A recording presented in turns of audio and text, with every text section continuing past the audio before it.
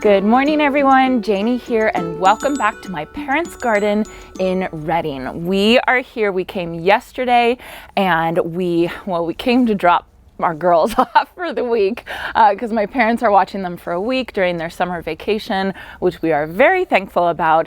But while we are here, I've been helping my mom do a little bit of gardening on her new landscape, and yesterday we worked on their pool walkway garden bed and it looks gorgeous. It looks so beautiful. I will link that video up above. It was just from yesterday. I have to show you guys though, because the hardy hibiscus I put in, it like bloomed overnight. There's like 5 or 6 or 7 new blooms on it and it looks gorgeous. So it's obviously very happy in that position with all that extra moisture from the lawn. So yesterday after we finished the pool walkway garden bed, we kind of just worked on other stuff around the house, transplanting things. I helped transplant some of these petunias over here, you know, and a couple other things. And so this morning I wanted to help my mom work on, it's funny, we call it the bathroom garden bed. Let me turn around so I can show you guys. So their master bedroom is right here. This is their little patio area right outside their master bedroom. And then this is their master bathroom, and they have a bathtub right there by that window right there.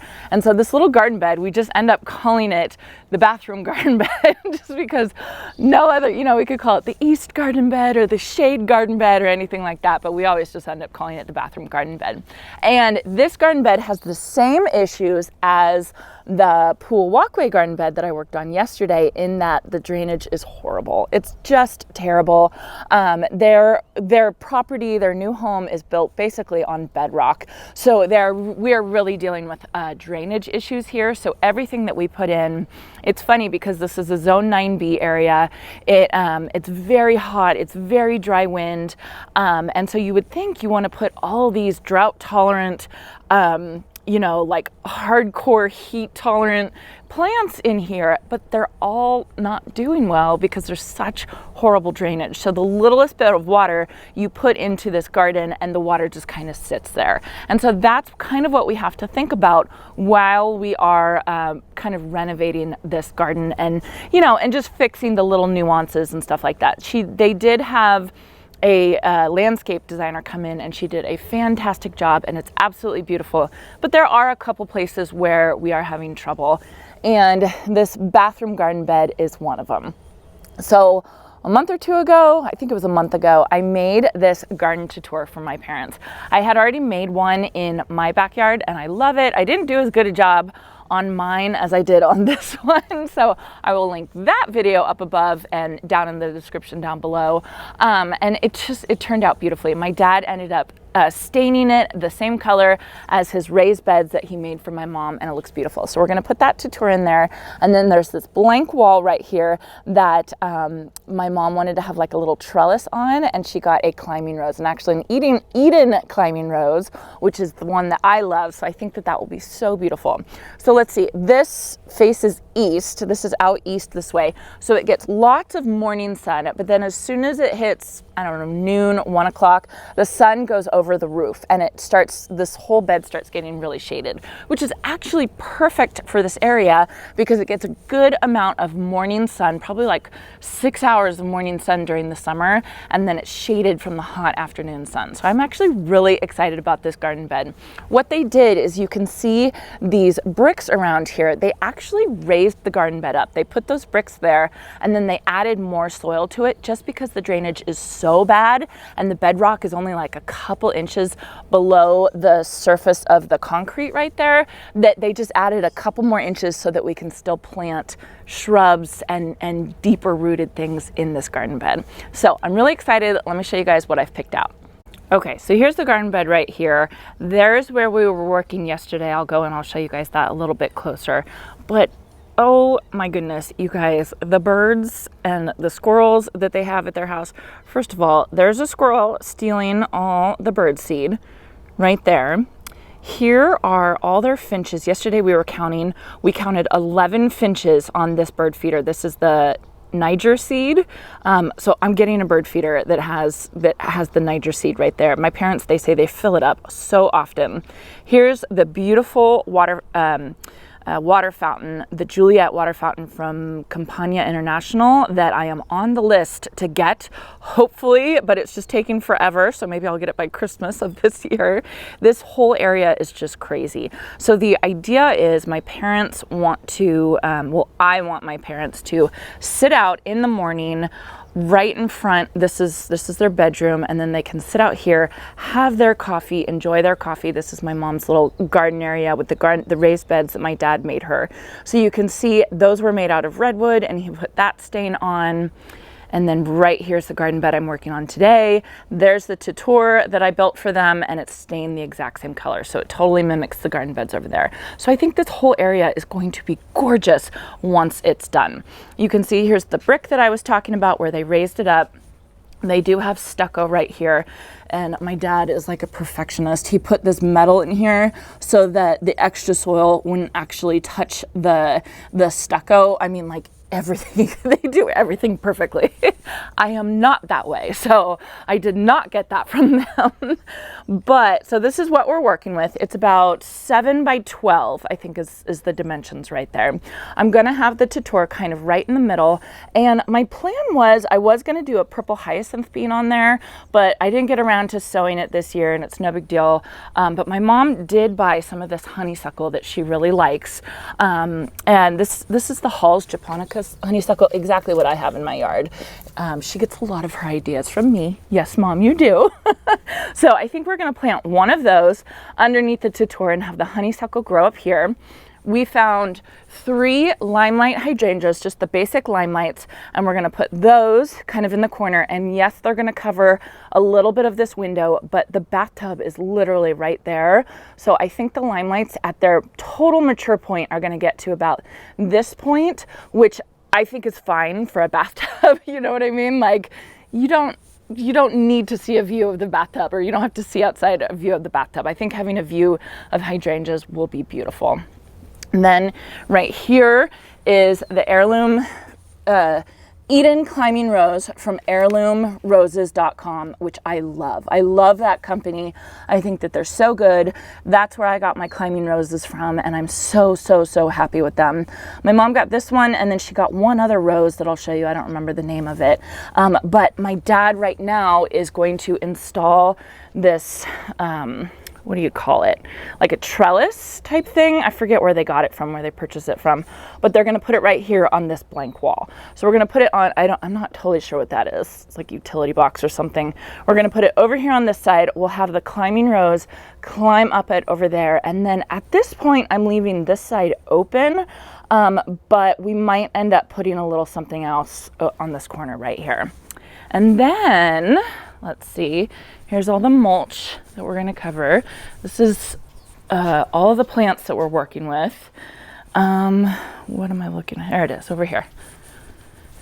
Right here,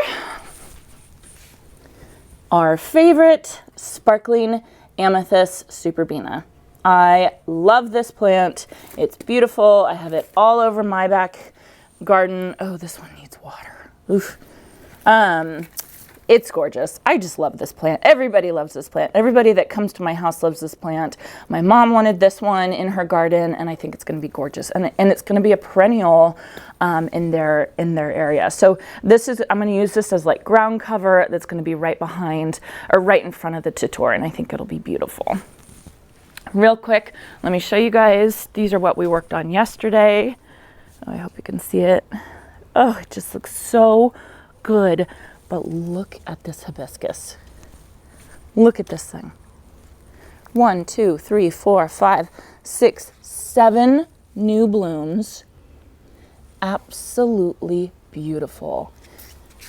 Oh, I'm just so happy with this. We've been looking out, looking out the windows at it, and we're just like, oh, it just looks so good.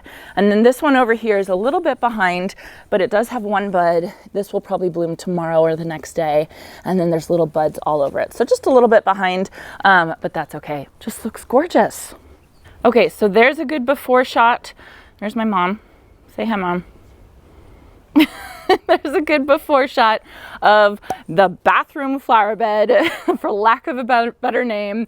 But the master bath flower bed, this is the before, and then we're gonna get started planting all the plants. I feel like this should be a pretty easy project just because we've done so much prep work for this. You know, I feel like it should only take us a couple hours. All right, let's go.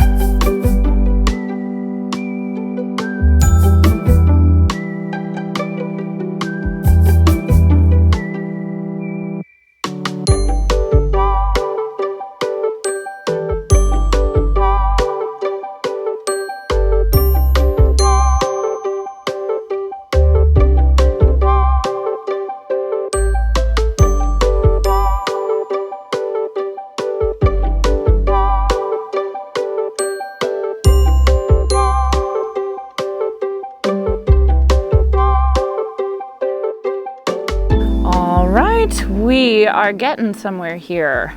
So you guys can see we've got the Tuteur in and all leveled, and I love it. I think it looks absolutely beautiful. 3 limelights all planted behind, and then you can see we kind of have a swath of the sparkling amethyst coming up this way, and then we also put in the Helen von Stein lambs are here. I think more would probably be better if it kind of came all the way up that way, but this is all that the nursery had when we went yesterday. So yeah, but that's okay. I think it looks gorgeous. And then of course the honeysuckle, and that is gonna grow up the Tuteur and look beautiful.